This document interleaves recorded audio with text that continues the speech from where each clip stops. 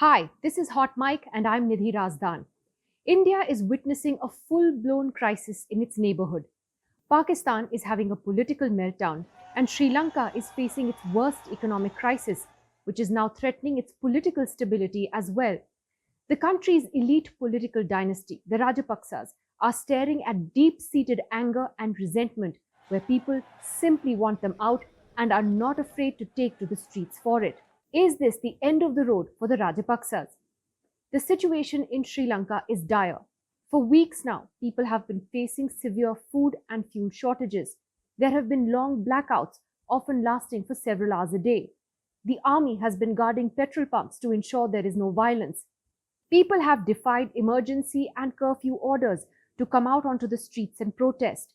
Students are leading these protests now, with many thousands marching in the rain earlier this week to the residence of Prime Minister Mahinda Rajapaksa. Their demand is the resignation of the Prime Minister and the President.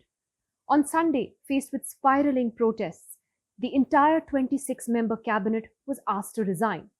But President Gotabaya Rajapaksa and the Prime Minister Mahinda Rajapaksa have refused to step down. And people aren't satisfied with that solution.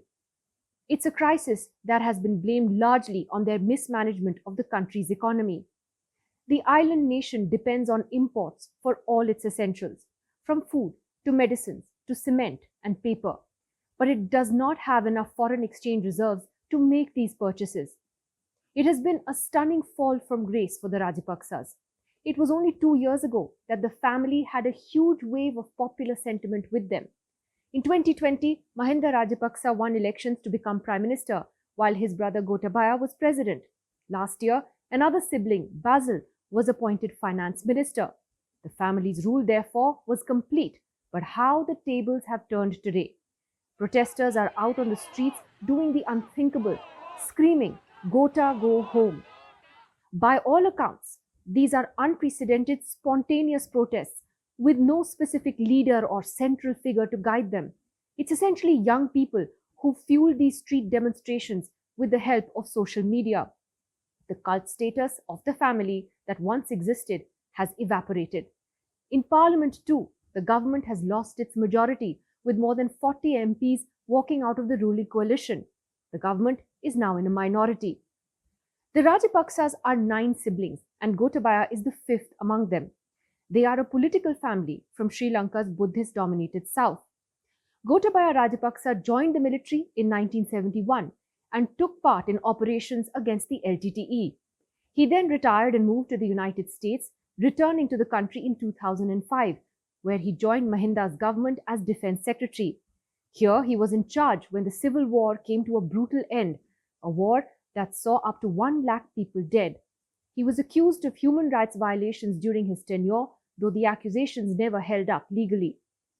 Riding a nationalist wave in the wake of deadly terror attacks, Gotabaya swept to power as president in late 2019.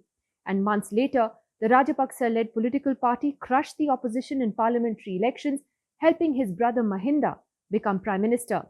Gotabaya then strengthened his hold on power through what is called the 20th Amendment.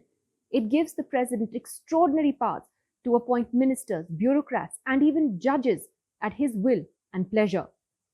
Sri Lanka has had a troubled history with its finances and debt. Its expenses have far exceeded its income, which is the main problem today. Tax cuts enacted by Gotabaya in 2019 made things even worse, along with the pandemic, which pretty much killed the tourism industry. The president's reluctance to take help from external agencies like the International Monetary Fund or the IMF, despite appeals from experts, only made things worse. Now that the situation is desperately bad, Sri Lanka has turned to the IMF for help. While acknowledging that people are struggling with rising prices and shortages of essentials, Gotabaya, however, has refused to take responsibility, saying this is not a crisis that he created. So far, the protests in Sri Lanka have been largely peaceful, but there is a very real possibility they could turn violent. The Rajapaksa ancestral home was also surrounded by protesters. For the island nation, this crisis could be a defining moment for its future.